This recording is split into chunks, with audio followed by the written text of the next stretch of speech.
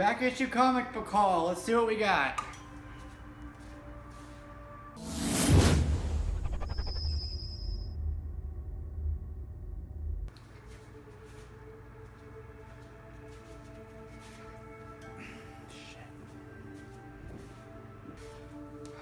Well, let's go.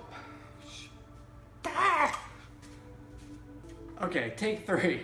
What's going on, everybody? This is Jesse here with JLSComics. Welcome to my channel. If you're your first time stopping by, thanks for doing that. I hope you stick around, hit that little subscribe button, and catch all my upcoming or my previous videos to your choosing.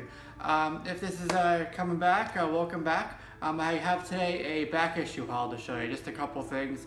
I'll be picking up my new books actually for tomorrow and last week tomorrow, so you'll have another new comic book haul coming up. So I thought I would split it up with a couple exceptions here and do a back issue haul for you. I also got in, so a shout out to LikingtheCovers 4963, very excellent YouTuber.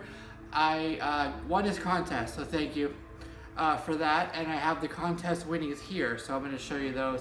One of the things I like about doing the YouTube videos is learning a lot about the books, and I like the information, learning about the new first appearances or the importance, or different features of certain books. And I was doing that for a little while, and I found myself getting a little bit lax with that, so I figured I would start, I wanted to make a point of finding something interesting about each of the books instead of just showing the book just to show it, something more than that, something educational, I guess, about the book that maybe not everybody knows, or maybe I'm the only one who doesn't know it. So, so there's that, okay? And if this is, hopefully to inspire people and educate, which is one of the things that I like to do, if it's you're thinking about making a video, or been making videos for a long time but just don't quite know how to put them out there in the community, there's actually a subreddit now. I encourage you to check that out. I'll put a link down below. A little linky dink. Did I just say linky dink? It's called YouTube Comic Community. It's a subreddit. You can either search for it or be lazy and click on the link. It's your choice. So there you go. So on to the books, okay? Let's see what we got. First two that I got, a couple exceptions, I guess, since we're doing a back issue haul, would be these two. It's Women Appreciation Month. Marvel's doing Women of Power covers.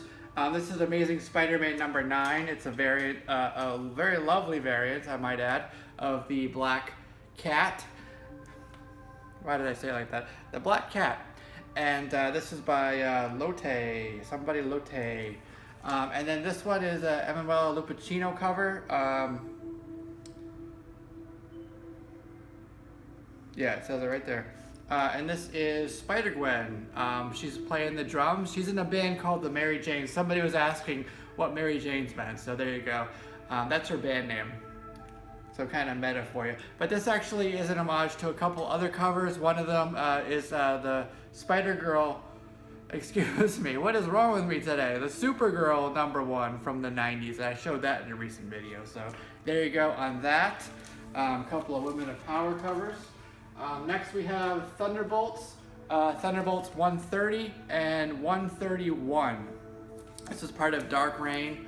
The cover art is by Mark Bagley. He did the interiors as well, and Scott, I keep screwing up my words. Kurt Busiek did the story on both of these, okay? I paid, wait, I was way off on that. I gotta redo that. I was getting ahead of myself to something else. Scratch that whole thing. I'm not even editing that. I want you to know that I make plenty of mistakes. The cover art on these is Francesca Martino, and the writer on both of these is Andy Diggle. That was so wrong what I just said. So Martina and Diggle. This is part of Dark Reign. That part was right. Deadpool. So this was May 2009, and this was June of 2009. For this book, I paid a grand total of $1.79, and then this one was $2.33, so I think I got a pretty good deal on those. They've been on my list to get for a while, but these are just really cool covers, if you ask me. The next one I got is called Fall of the Hulks, Savage She-Hulks number 2. This is from April of 2010, and if you can guess, pause it now. Let me know why you think I got this book. Okay, I'll tell you. Cover art here is by J. Scott Campbell. That's a J. Scott Campbell cover. Jeff Parker did the story on this, and I paid about $3.50 for this book. But I really love J. Scott Campbell, so I pick his stuff up, especially when I can find it on the low like that. This was part of the Fall of the Hulks crossover, which is why it says it right there. And it's a event that led up to World War Hulks. Okay, World War Hulks. That's not how you say it. I'm just saying that for emphasis. It's different than the Planet Hulk World War Hulk thing from, I think it was 2007. This is from 2010, so a little bit later on. So there's that. The next one I got, this is an NM. It was advertised as NM, and it certainly looks NM to me. This is Deadpool the Gauntlet, number 1. This was 35 cents that I paid for this. And the cover art is by Frank Cho, and the writers are Duggan and Posen on that. This actually is a reprint of a webcomic, a 13 episode, let's call it, webcomic. And it actually features, I had to find something interesting, right? It's the first and only appearance of a vampire named Raoul. There's quite a few vampires in the Earth 616 Marvel universe. Rest in peace, 616. So Raoul, first appearance and death, I guess, so only appearance of him. And 35 cents, I think I got a good deal on that. And then this is why I went into the Mark Bagley stuff. Okay, this is Thunderbolts number 1. This is from April of 1997. I paid $4 for this. This is Mark Bagley. He did the cover and the interior. Kurt Busiek did the story on this. And this book actually, you know, it's funny. I remember being in my local comic shop when I was back in 1997, I guess it was. And I walked in. It was a really small shop. My favorite shop. I knew the family-run place. I knew them. I actually dated the daughter at the time. That's how much I was there. But I would walk in, the steps would go up, just a couple steps to get in, open the door, and I remember the little bell that would always ring. And then right to the right was a spinner rack. And that's where they would put all the new books like this, spinner rack. And then there was the glass case that was like packed in tight right there in the corner. So there's a little corridor. And this was right on the shelf. I remember for some reason seeing that and being like, that is a badass cover. That's a cool name for a group. But you know what? I'm sticking with my X-Men. Sticking with my, you know, whatever it was at the time I was collecting. But for some reason that was imprinted in my mind. And I remember walking in and looking and seeing this Thunderbolts cover. And this, believe it or not, I never actually bought it after that. As much as it had a sort of impact or imprint on my mind, I never bought it till now. So now I have this. I paid $4 for it. This actually has 11 first appearances in it. And one of those first appearances is attributed to a vehicle that they fly called the V-Wing. It's a V-Wing plane. So there's that. And this cover has actually been homaged quite a few times, actually at the end of this run and some other times by Thunderbolts themselves. So pretty interesting there. All right. Next we have this. You know, I bought this off of Midtown Comics. It's Superman Batman number 12. Okay. This is from September of 2004. It's part of the Supergirl from Krypton story arc that they did. This is part 5 of 6. And it was advertised as fine.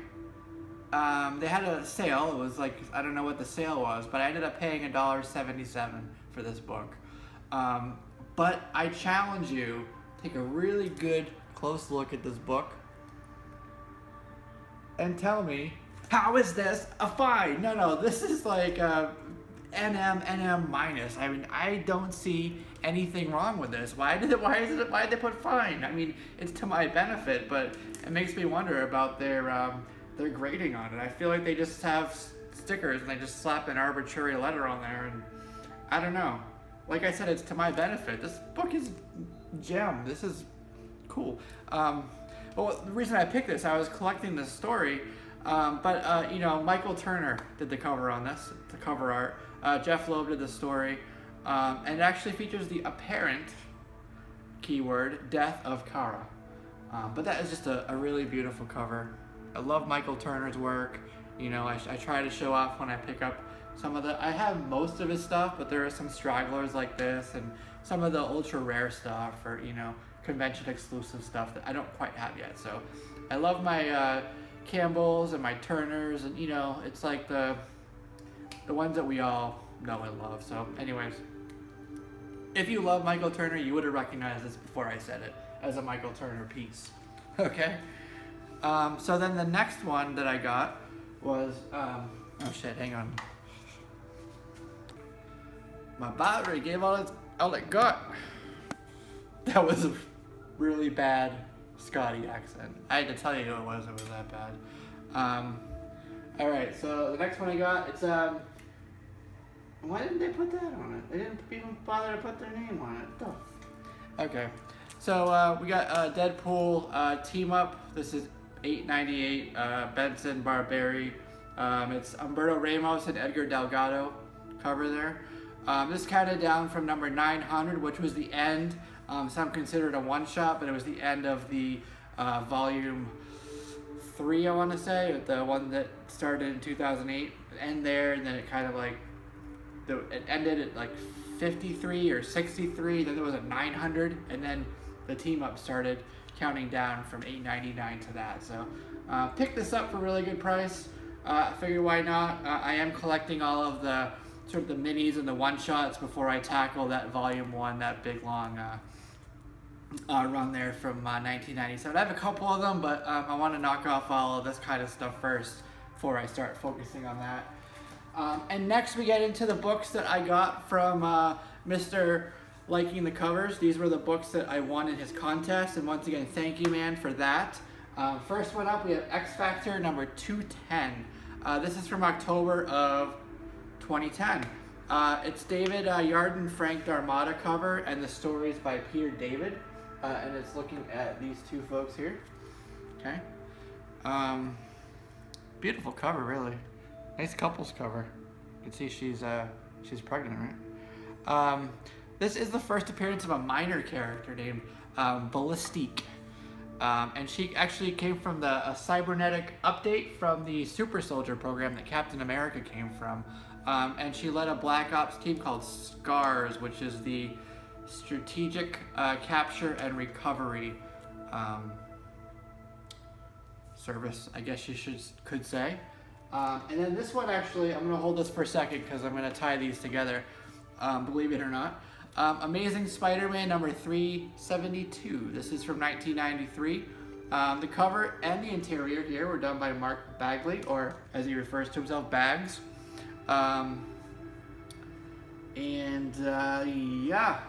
So this is Spider Slayers, Invasion of the Spider Slayers, part 5 of 6. This is actually a death story, well, an appearance of another death. It was Max Young, who was working for Alistair Smythe. Alistair Smythe was the one building the Spider Slayers. The one who commissioned Alistair Smythe to build the Spider Slayers was Jonah Jameson, right? Who also happened to be the one who ran SCARS, which was the death appearance in here for Ballistique. So pretty interesting little connection there, maybe where there wasn't one, but you know what, I just made one. All right. So next we have Kazar the Savage number 1. This is from April of 1981, and this actually ran for 34 issues. It ended with number 34 in October of 1984. It's Bruce Jones and Brent Anderson on this, and I did not know that by memory. It was written right here, so thank you for that. But I did know the dates. Oh, and it says Anderson right there. How cool is that? Brent Anderson. All right. Really nice cover there. I like it. Next we have Uncanny X-Men 260, April of 1990.